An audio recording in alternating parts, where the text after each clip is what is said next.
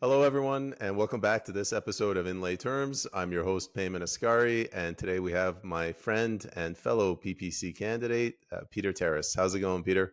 Really good, Payment. I really want to thank you for calling me on to join you for this discussion that we're about to have. I'm really grateful for it. No, thank you for coming on. You are, I consider you a veteran candidate, so this is going to be very educational for me. All right. All right, so without further ado, the first thing I wanted to ask you is you told me that you're self-employed, and I was wondering if we could talk about that. Like, what do you do for a living? Yeah, so I mean, my educational background is I have a chemistry degree and I have a master's degree in chemistry, synthetic organic chemistry.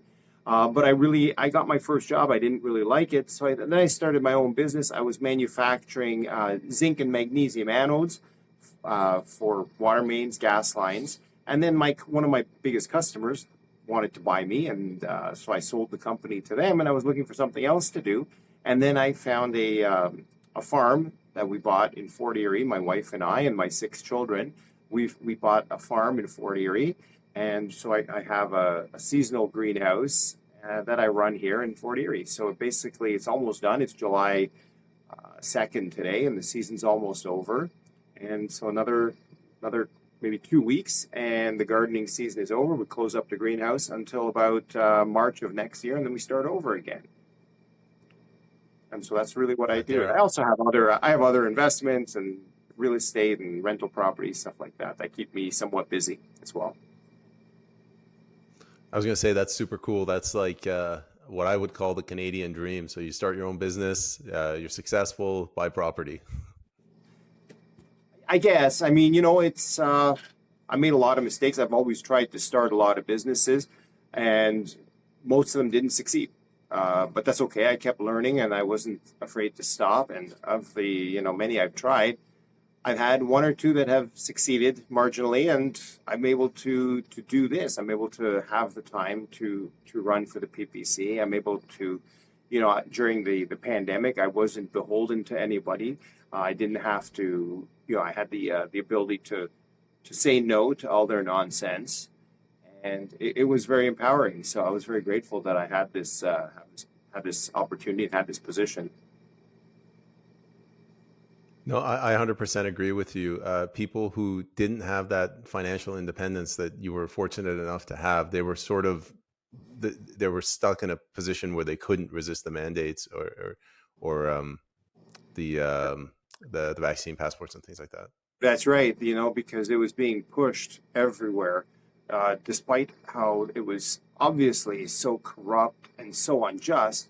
But if you are faced with the decision to do it, to go along with it, or lose your job, lose your home, lose your ability to support your family, well, it's a tough decision. I'm just grateful I didn't have to be in that position to make to decide on that. Because who knows? I mean, I don't fault the people for choosing it, under duress. Who knows? Maybe I would have chosen the same thing given enough pressure. Maybe I would have folded too. I was just grateful I had a lot of people around me who were supporting me. I was grateful I had the financial independence to be able to say, the hell with you guys. You guys go do whatever you want. I'm not going to play along with your vaccine mandates and your vaccine passports. I won't go to the restaurant for a little while. I will survive. And so I was grateful for that. No, I'm happy for you that you had that opportunity. Peter, I want to now shift over to talking about your campaign. So, if you could tell us how many of you run in? When did you first start your bid in elections politics? So, yeah, so my first time that I ran, I ran in September of 2021. I ran in the federal election for the PPC. That was a great experience. I mean, I was somewhat involved in politics always for the last 30 years, but I lost a lot of I lost all hope in politics.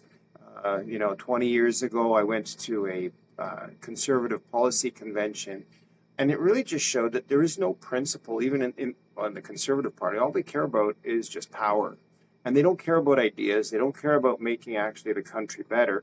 They only care about power, and whether the directions are the political ideas that are coming out are harmful or beneficial, it doesn't really matter. What matters is them winning. So I lost all interest in politics until the PPC came around, and then I became a candidate around a couple months before the election. And it was very, very empowering. When I had my first event to announce my candidacy, I had bylaws show up. They wanted to arrest me. They wanted to give me $100,000 fine. But they showed up. I had my everything lined up. I had contacted a constitutional lawyer before they showed up, so I knew exactly what needed to be done. I also sent out letters the morning before they showed up to the mayor of Fort Erie, to the chief of police, to the attorney general of Canada, the attorney general of Ontario, and I sent a letter to the rapporteur at the UN who deals with international human rights violations. So when they showed up, I made sure I got everyone's number, all the police that showed up, all the bylaw officers that showed up. I got all their information. And then right before I start my speech, I gave him the letter that I had sent to all these other organizations. I said, listen, you are undertaking upon yourself certain risks that if you violate anyone's rights here today, I've outlined the risks that you are taking yourself. So be cautious. And then I turned around and I said my speech. As a bonus, they got to listen to my speech while they were looking at this this letter that I gave them. They didn't know what to do with it, but they were looking at it, reading it, listening to my speech. They were being pressured off my property by some of my supporters just because, you know, their presence there was somewhat disruptive. So during that campaign, so that was my first introduction into the PPC. And then I ran the campaign. I received 8.4% of the vote.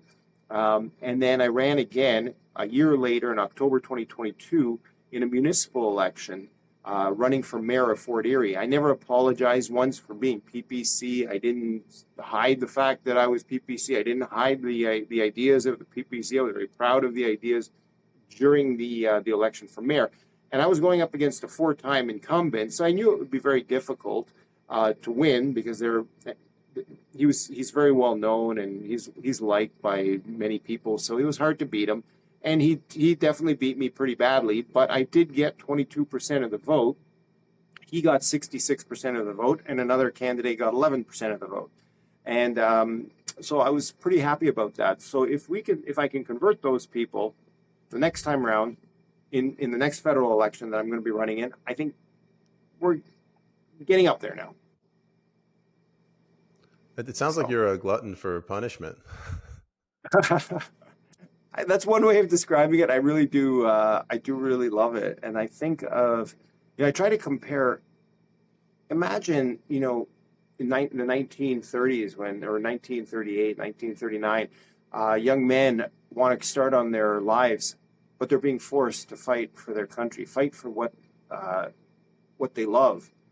And I feel myself also something like that, akin to that, analogous to that I'm doing it also to protect my family, to protect my children.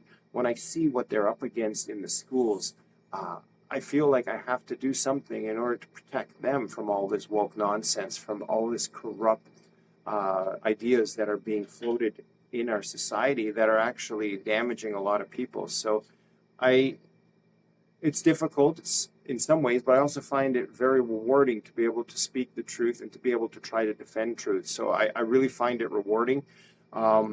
It's hard work, but I really love it. I wouldn't change it. I wouldn't trade any of those two experiences for anything.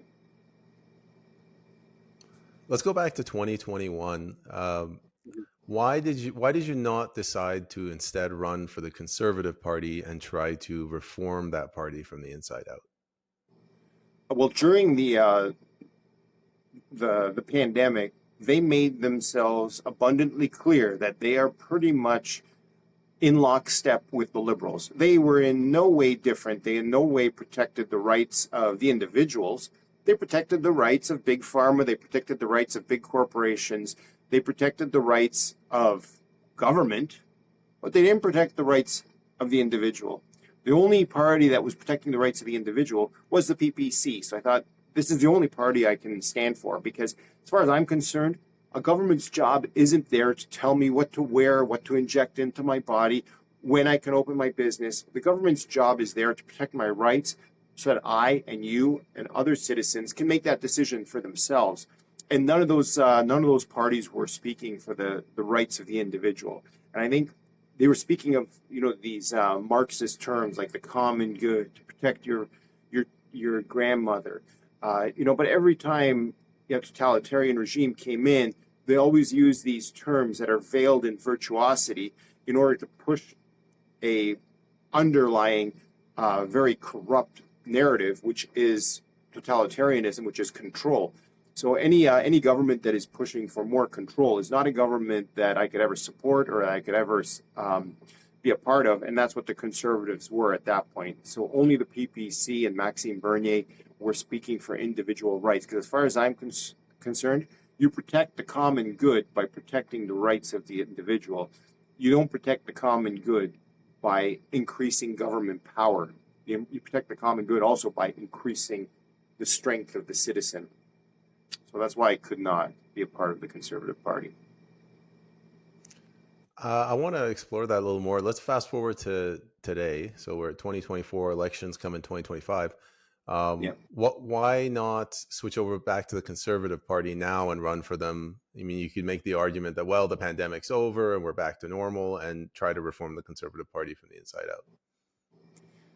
The Conservative Party is now so corrupted, I think, from the inside, that I don't even believe it's possible to reform a party like that has been corrupted for so long, that it's part of the fabric of their existence. So it's not. I don't even think it's possible to reform a party like that. And so if all I was worried about and if all I was concerned about was winning, then yeah, I would just join the Conservative Party, because they seem to be on a winning tangent right now. But I'm more concerned about truth, and I'm concerned about principles. And they've shown themselves time and time again to not be concerned with principles, but only be concerned with winning. And then they put on this this patina of virtuosity when it seems like the public opinion is shifting. So you see them now changing their opinion on this, defunding the CBC, mitigating the immigration crisis by lowering the numbers, when in fact they've only done that because of the pressure of the PPC. So I find that speaking the truth will eventually get us to, like the PPC, a spot at the table, will get us a seat in the House, but it may take a little while, and it will take a lot more perseverance than it will for a party like the Conservative Party that is well known. But I'm prepared to do that because I know how important it is to speak truth during the pandemic, in the face of fear and lies. They decided to just take the easy route and go along with it, rather than saying, no, we're not going to go along with this. We are going to allow people to choose for themselves what's right for them. So there's no way I could ever be a part of the Conservative Party again. Good answer. Going back to 2021, you somewhat answered this, but what specifically about the PPC sort of won you over? Was it a speech Maxime gave? Was it the fact that they supported the protests in Ottawa? Was it the platform? What specifically? The big thing was that they really were differentiating themselves in the way they were handling the pandemic. That Maxime was just trying to be more level-headed and saying, look, we don't know what this is. Maybe this is something really dangerous, but let's not destroy our entire country before we know what it is. And let's not start to take away civil liberties that we fought very hard for, 150 years plus for, just because there's a bit of fear and a little bit of insecurity and a little bit of uncertainty. Let's just try to be measured about this and let people choose for themselves the risks that they're willing to take. And that just made so much sense to me. And that's really what drew me to the PPC. And then I started looking at their platform in more detail, and I thought, this is the party for me. So a lot of their policies. Yeah. So you start your campaign in 2021, although you'd been following politics. It's my understanding you never participated in politics. Like, what were some of the challenges you first faced when you started running? So, I mean, I had never run a campaign before I ran the campaign in 2021. And I had a lot of people who were supporting me because I had when I had my business, I had a lot of provocative signs outside of my business. Like for example, one of them was it's not about science, it's about compliance, and it had this animated figure in a mask. Another sign said, communism has never worked. Why do you think it's going to work now? Stuff like that. And the defense of I was just following orders never worked at the Nuremberg trials, and it's not going to work now. So I had a lot of signs like that. So I kind of made it clear to my customers and to anyone passing by my business where I stood and what I stood for. And then when I ran for politics, they're like, okay, it makes sense that you are running for the PPC because they're the only ones defending the rights of the individual. So in terms of what kind of challenges I had running the campaign, I had a lot of people coming to me looking to help, and I wasn't able to utilize their help to the maximum benefit. So I feel now that I think I'm able to do that a little bit better just because I've set up some, like right now as an example, I'm starting to do canvassing and calling. So, and that I think is very important, being in front of people, because during the first campaign, I was just getting people to do literature drops, which is okay, but it's far better to get the candidate in front of people, talking to people, so they know who you are and they know what you stand for. And so for this next, I'm starting now, and for the next campaign, I think I'll be able to get myself in front of a lot more people than I did during the last federal election or the last municipal election when I ran for mayor. Peter, I want to get into your headspace for a moment.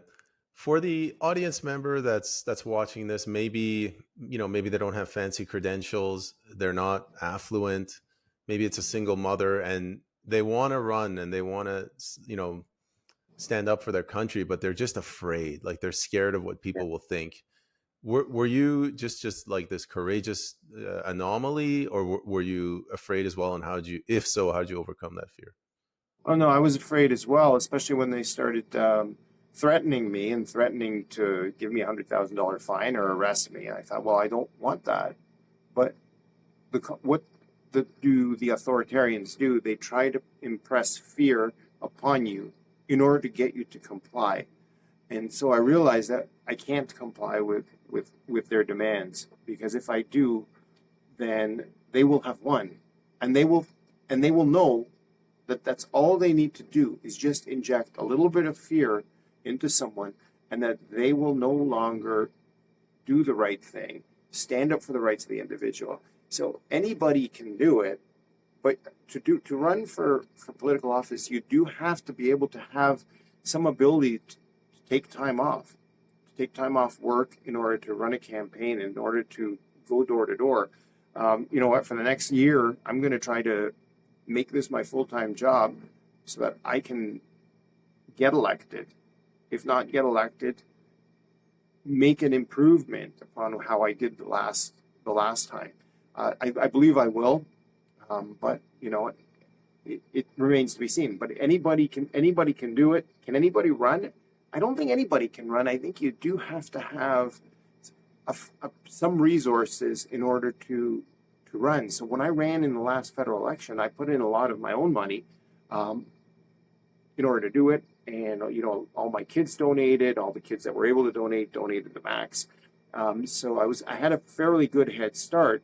And then I was able to raise some money, and it worked out fine. But you do have to have a little bit of support behind you. You have to have people willing to support you. You have to have I had a wife that was willing to support this initiative. I had children that were somewhat willing to support it. I mean, my eldest is now 23, and they didn't really like it. They didn't really like being put out there because, they were going to a public school, and, a lot of the teachers there are liberals at these schools. So they felt as if they were being, I guess, singled out.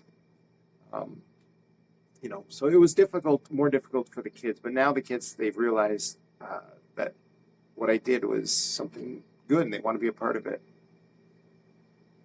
I hope that Proud of answers you the now. question. I hope so. Peter, you told me that money is very important in a campaign, and somewhat to some degree, people accept that. But for new candidates that are running, can you give a breakdown of how money translates into votes? So I don't know if it does directly. I mean, you have to have money, and then you have to spend it smartly. Now, in the first election, which is this is all public information, I spent over 40,000. Of that, about I was able to put in 5,000 because that's the limit for a candidate. You're able to put in 5,000. My wife put in the max. My three oldest children, they put in the max that they were able to donate for the campaign. So I had a good start, and then I was able to get a lot of donations.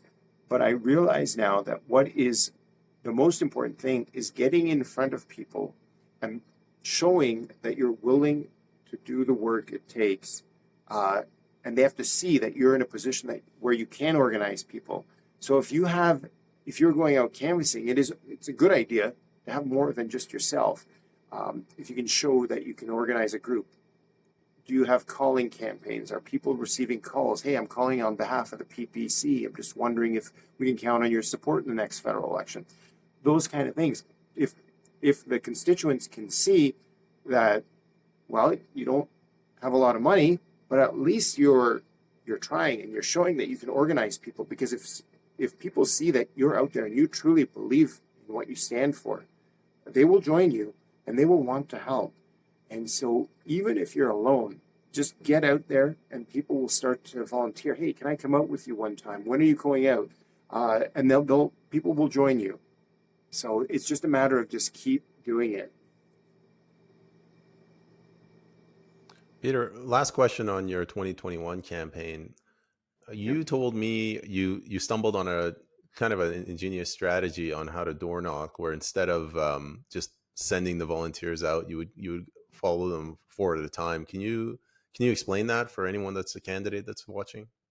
So so I wish I was doing that. Unfortunately, I wasn't doing that, but I'm in the next federal election. I plan on doing that. But I think if you can get four people, because the constituents want to meet the candidate, and you have to meet the constituents as a candidate in order to have the best bang for your buck when you're out canvassing.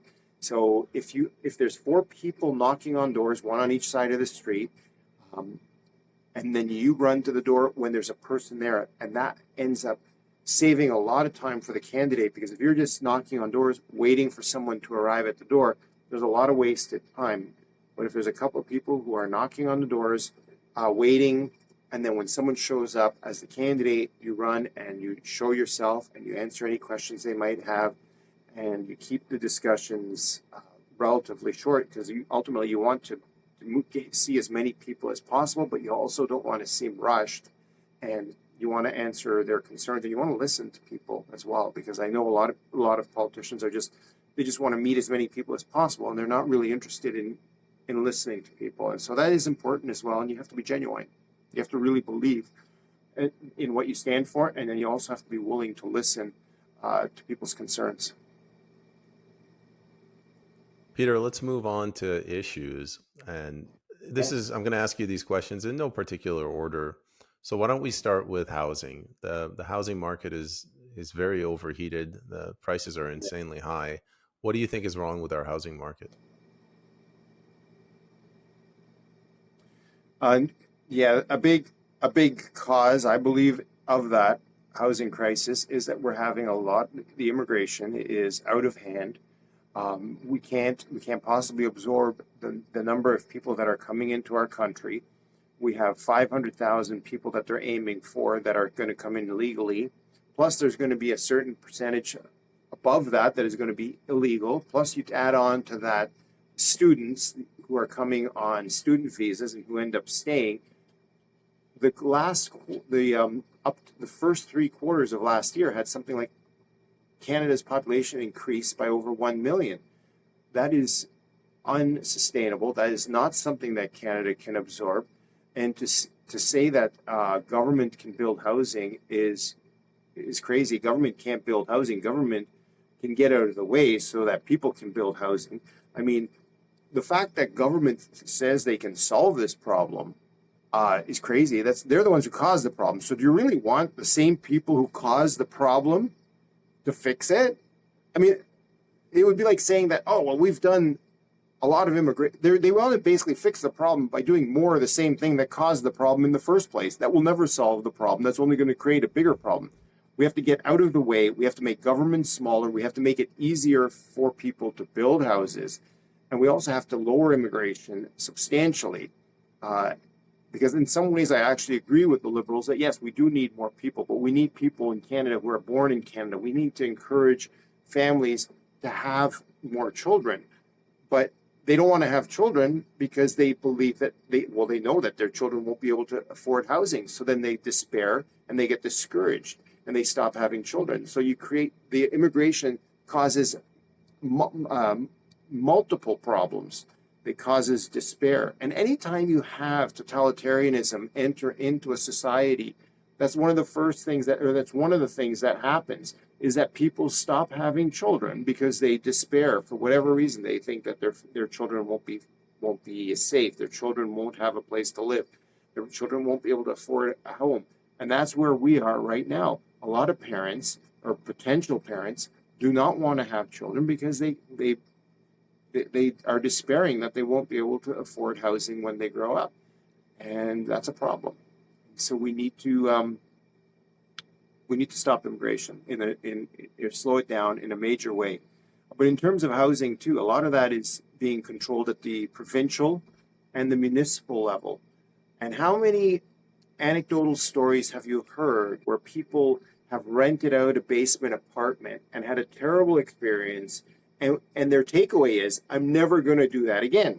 I would rather that basement apartment stay empty, or I'm just going to use it for my own purposes rather than rent it out, because they were violated by, in Ontario where we are, the landlord-tenant board that basically allows tenants to stay for 8 months, a year, longer if they're not paying the rent or if they destroy the place. And the landlord has absolutely no ability to recover that. So if you're a landlord or if you're a homeowner with a basement apartment, why would you rent it out if you've been burned before? You're going to be like, I'm not doing that again. I'm out.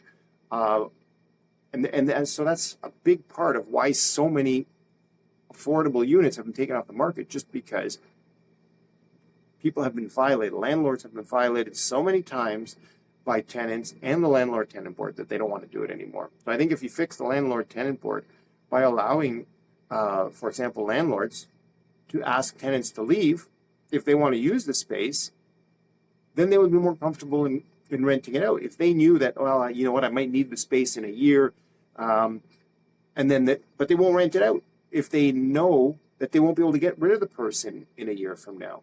So that's a big problem.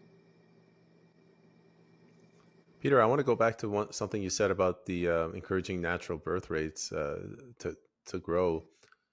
How do we do that? I don't know if you have an answer for this, but how do we increase the natural birth rate? Yeah, so by creating, I believe, prosperity and joy in a country. So if people are joyful, if they're positive, if they believe in the country where they are, they'll want to share that with another generation. Because as far as I'm concerned, children are not a problem. They cost money and they do take a lot of time. But the benefit you get from having children, I mean, that's a hope for the future. A country that has lots of children, that has a high birth rate, that has a lot of hope for the future, because these are the next generation is always the generation that is going to provide the new ideas, that's going to solve problems. They're not the problem. They're the solution, is the way I look at it. So I don't look at people as a problem. I look at people as a solution. And so to increase the birth rate, I don't know, but it's a multi faceted problem that's going to require a lot of aspects. But getting government out of as many things as possible, allowing people to have choice about how their children will be educated, that they can have choice for, you know, many things. Well, education's the big one. Education, healthcare. Right now, we live in a country where we don't have choice for healthcare. We don't have choice for education. You have the public education system, unless you want to pay. You have the private system, but we don't have a lot of choice. If parents had choice, that might help. So also have to have prosperity, housing that is affordable for the next generation. I mean, these are important things. So that's a few things that would help to do that.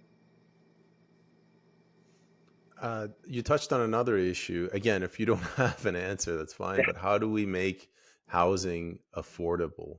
Or another way of asking that question is, what are the root causes of unaffordability other than immigration, mass immigration? So another big one is inflation, which is caused by government overspending. We've seen massive government overspending during the last 9 years of the Trudeau government. I mean, they have basically doubled the debt combined of all previous prime ministers combined. So in the last 9 years, they have doubled our debt. That is going to be carried by the next generation. That is going to lower our purchasing power. And I actually, yeah, it's great that housing goes up in value, because this is how people can build wealth. But when it goes up in such a way that it becomes unaffordable for the next generation, then they lose hope for how their children will be able to afford housing. So that's a big one, is that we need to have government that is spending within its means, so that the value of the dollar, the value of our currency will not go down, and will not, because even though the housing has gone up, our value, our purchasing power of our dollar has gone down when you look at our grocery prices. So yeah, the housing is up, and we are able to have greater wealth if we own homes and we own housing. That's great, but we still lost a lot of people from, or a lot of potential, I guess, people who would have children who don't feel like they can, because they won't be able to afford it. Sorry about that. I can't even turn it off. It's okay. Sorry. Turn that off.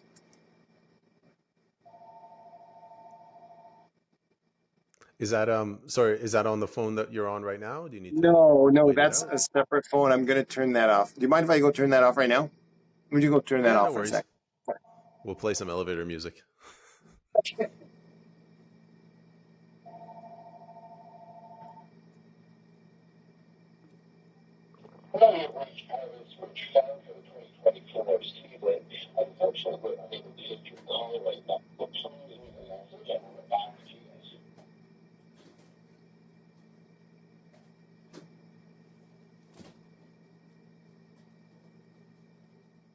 Sorry about that. We're back now.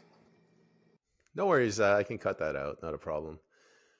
Uh, where were we? Economy.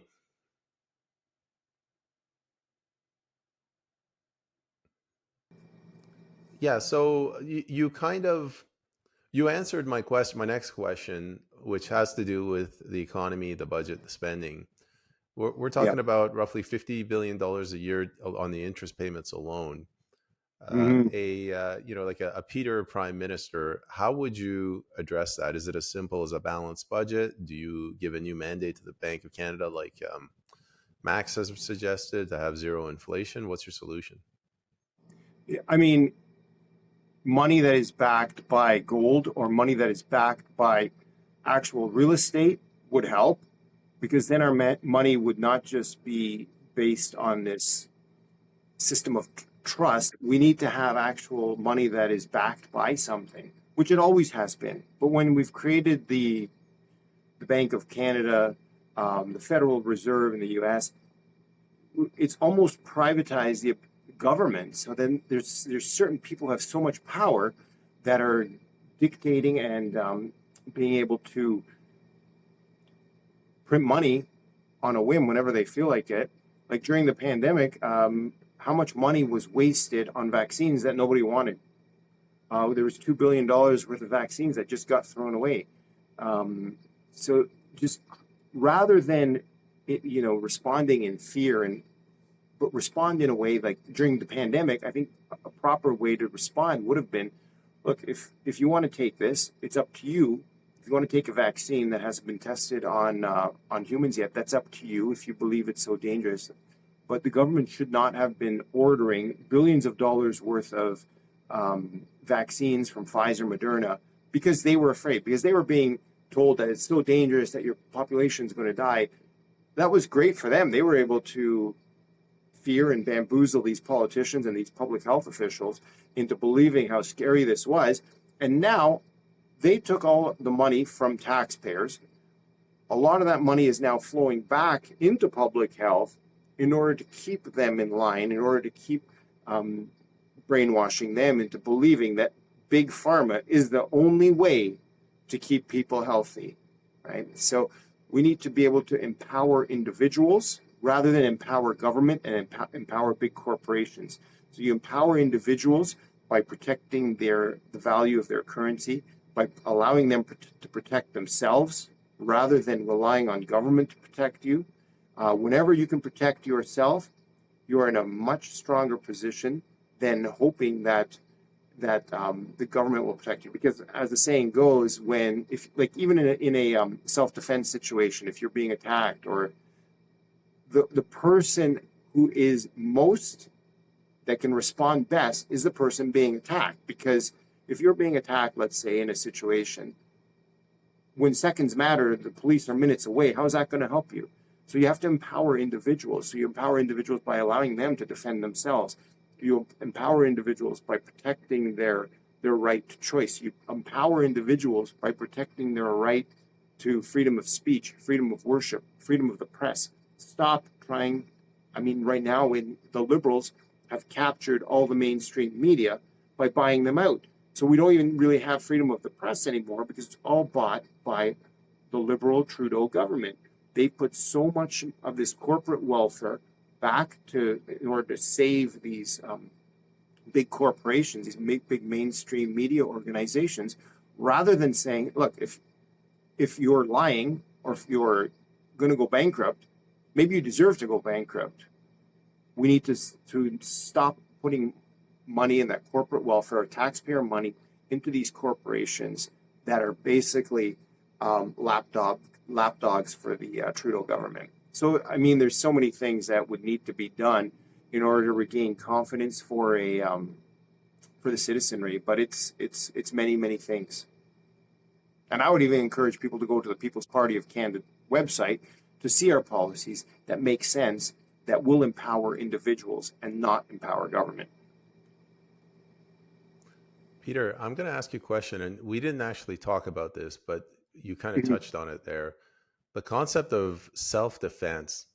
Now, in common law, people have the right to bear arms. It's not in our charter, but it's a principle of common law.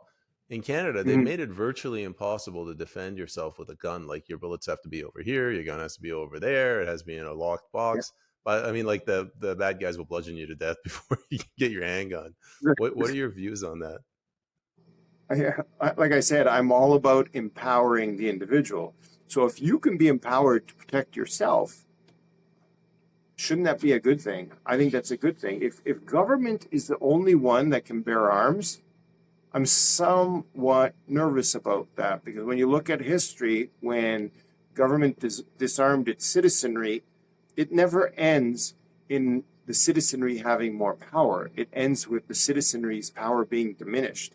So if you have the ability to bear arms, and in fact I don't think there would be any problem with people being able to, like citizens, being able to carry firearms even in Canada. That used to be a thing even in the 60s. Canadians used to be able to carry firearms if they had training. And I believe there's a lot of people like teachers, doctors, lawyers who should be able to, if they're willing to. There's a lot of responsibility. If you carry a firearm, there's a lot of responsibility. The clergy should be allowed to carry firearms in order to protect because there's, you go look at the States and you look how many massacres there have been in places like churches and schools. So if we empower individuals to protect themselves, then that's always a way to save lives, empower people, because no one can respond to a threat better than the person who is being attacked, because they can see the situation developing. And even that, it's not easy. It's not easy. So anybody who's willing to do it and who has the training and who is a sane, sober, moral citizen, I don't see anything wrong with that at all. Peter, another question unrelated to the self-defense thing. There's a lot of bills that are going through the legislature, which I find alarming. One of them is the Online Harms Act, Bill C-63. The other one, I'm calling it the anti-protest bill, Bill C-70, which is making it risky, if not impossible, to protest. What do you think is their end game in pushing these bills? So the Bill C-63, they say that it's there to protect children from sexual exploitation. Okay, so let's say, for example, that's true, that's really what they want to do. Then why would they, as an example, in May of this year, there was a situation where Josh Bigger attended a drag queen story hour in order to exploit what they're reading to the children. And so he exposed this, he exposed what's happening. And what do you think would happen? Do you think the politicians would give him a commendation and give him a reward, maybe have a parade for him to celebrate the fact that he exposed all this filth occurring on public property? No, the Jenny Stevens, the MPP for the area, she defended the perverts reading this filth to the children rather and decrying Josh Bigger for exposing this. So you have these politicians who are protecting the perverts rather than protecting the innocence of the children. So now these same people want to protect children from sexual exploitation. Literally these same people who passed Bill C-4, which made it illegal for parents to try to talk their children out of gender transitioning, and they made gender transitioning legal for children. So I'm somewhat skeptical when they're telling me that Bill 63 is there to protect my children, when in fact they think they're protecting my children by gender transitioning them and making it illegal for me to try to talk them out of it. So I'm very skeptical about what they mean by protecting children and how they want to protect children. And so if you have an opinion that is different, another problem I have with this Online Harms Act is who defines hate speech. So if I have a opinion different from yours, so you've got hate speech now, that becomes very problem, because then it becomes very subjective. And so if I have an opinion that is contrary to the government, so if I believe that abortion isn't healthcare, if I believe euthanasia isn't compassion, or if I believe that vaccines are not 100% safe and effective, so now I'm spreading misinformation, and children need to be protected from my misinformation because it's hateful, these ideas that I have that maybe go against the government-approved science, because we were told you got to follow the science. So when you go against the science, now during the pandemic, they were able to censor. They were able to use big tech to censor anybody who went against their narrative. Now, Bill C-63 goes one step further and wants to punish the truth tellers with jail time and fines. This is not empowering the citizen. This is absolutely empowering the state to control speech and thought, and which is basically the same thing. When you control speech, you're effectively controlling thought. This is a thought control that is meant to control people's speech and thoughts. And again, if they were truly willing, because I think stopping sexual exploitation of children is a worthy thing. Who wouldn't agree with that? Everybody, I think, any sane, sober, moral citizen would agree that stopping sexual exploitation of children is possible. But again, these are the same people who are saying that we should be flying a flag in front of public schools, saying what kind of sexuality, that a flag that basically represents sexuality and represents a lie, saying that children can change their gender. This is insane. It's insanity. What that Bill C-63 is proposing, and I think it's very, very dangerous. And Bill C-70, it's the same sort of thing. They want to control. They want to disempower citizens from having an opinion that is different from the government's, which in this case is a lot of corrupt ideas that are a lot of lies, because anything that is truth, as far as I'm concerned, is love. A lie is hate. So when you see the trans flag that has that little triangle on it, that triangle says that you can change your gender. The T part of LGBT means transgender. So these are people who believe that, and I'm not, and I believe every individual should be loved, should be shown respect, and should be shown compassion. Absolutely. But the transgenderism movement says that a person can change their gender, or a child can change their gender, and that is a lie. So, and I always believe that lies are hate. So that whole symbol, the whole ideology is a hateful ideology because it is a lie. You cannot change your gender. You may think you're another gender. You may dress as if you're another gender. You may even have operations in order to look like another gender and ingest hormones. But you cannot change your gender. Your genetics are down to your bones. You cannot change the essence of you being a male or you being a female. It's impossible. And it's an absolute lie to suggest that you can. And so any politicians that say you can change your gender, I believe, have the inability to distinguish between truth and lies.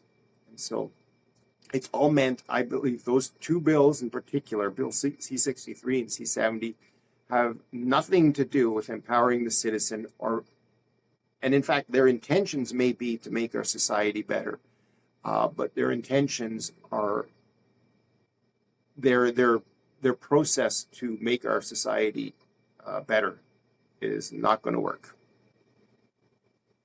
All right, the next, this is going to be the last serious question.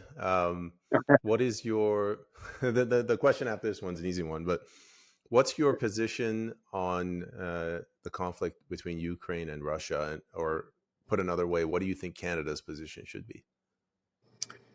Canada should be not involved in that at all. They tried to pull us into it by, vilifying Putin. I look at it this way: trying to pick between Putin and Zelensky is like trying to pick between Stalin and Hitler. Which one's there? Zelensky's a globalist. Lots of corruption in Ukraine. Lots of biolabs. Yes, and Putin is a dictator. We should not be involved in that at all. The only thing that our involvement has done is destroy Ukraine, create massive amounts of death on the Ukrainian side, and supposedly we're helping them, but we've created more damage by being involved with it. We should not be involved at all. We should not be siding with the Ukrainian, the Russian side. We should not be involved whatsoever in that war. That is not our war. All right, Peter, we're gonna end this episode with a really softball question, or maybe it's the hardest question, depending how you look at it. What do you think is the PPC vision for Canada in the long term? Like, where do you see Canada going in 100 years under the PPC?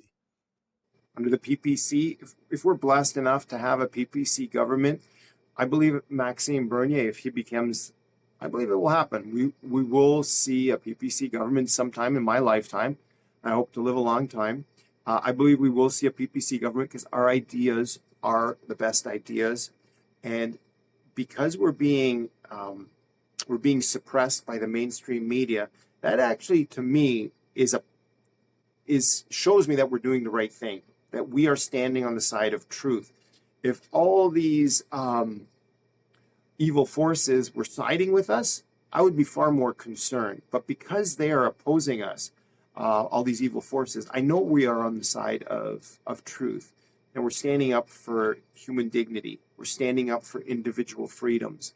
We're standing up for justice. We're standing up to protect the most vulnerable. These are great things. These are the things that build a society, that make it great. And I know that by standing on these principles of freedom, fairness, personal responsibility, and respect, we will have a society in Canada that will become better, that will become stronger, because we will empower the citizen. And I hope that it happens soon. Peter, any final thoughts, any words of optimism in addition to what you just said for Canada? Yeah, I am going to be doing everything I can to win my seat in this next federal election. I am getting organized now. I'm doing what I can in order to make sure that I meet as many people, that I go door to door. And while I'm going to door, I have a group of people that are willing to call. I met with them this morning. I'm meeting with another group this evening. They're calling for me. They're coming back with a lot of good news, saying that, hey, I called someone today who was undecided, and now they're a voter, they're a supporter. We're going to be identifying our supporters so that come election day, we're going to get them out to vote, and hopefully we're going to have a positive result. Because I know in the last provincial election, there was a woman that wanted to become the nominee for the Conservative Party. She was the president of the EDA, and she was kicked out of the party because of some disagreement. She ran as an independent and she won. So I know it can be done. And I know every PPC candidate out there should know that they can do it, that they can win. But it's going to be knocking on doors, calling people, and identifying the vote that will win it. And of course, Max is doing a great job. He's got to keep doing what he's doing. I think that's how it's done. It was a good nod to Max there. That's true. He's working very hard. Peter, how can people follow you? So I'm on Twitter. Twitter is the best place to follow me. I try not to use Facebook because I know they were really heavily involved in censorship during the pandemic. So I try not to give them much of my time, but I do have to get on there because there's still a lot of people on there. Also, my website is a good place to reach me. It's petertaras.ca, and it's Taras is the last name. That's how it's spelled, .ca. And also they can call me on my cell phone, or they can call or text me, 289-241-7761. I want to be available to anybody who is willing to reach out to me and who wants to discuss with me, whether they be a detractor or a supporter. I'm not going to shy away from anyone.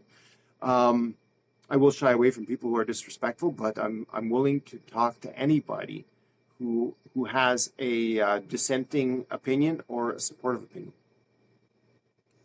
Peter, I may have blacked out there for a moment, but did you actually tell people what your Twitter handle is? Oh, no, it's at Peter_Taras. Okay, perfect. You're right. I did. Yeah. Peter, I'm blown away. You're just like a phenomenal candidate. You've had business experience. You're a great communicator. I wish you the best of luck. And I think you're a great Canadian. You're making yourself available for the electorate. So thank you very much for coming on. Payman, I really appreciate this time to share my views and share the views of the PPC and to have this conversation with you. I really appreciate it. Anytime. Thanks, Payman. Bye.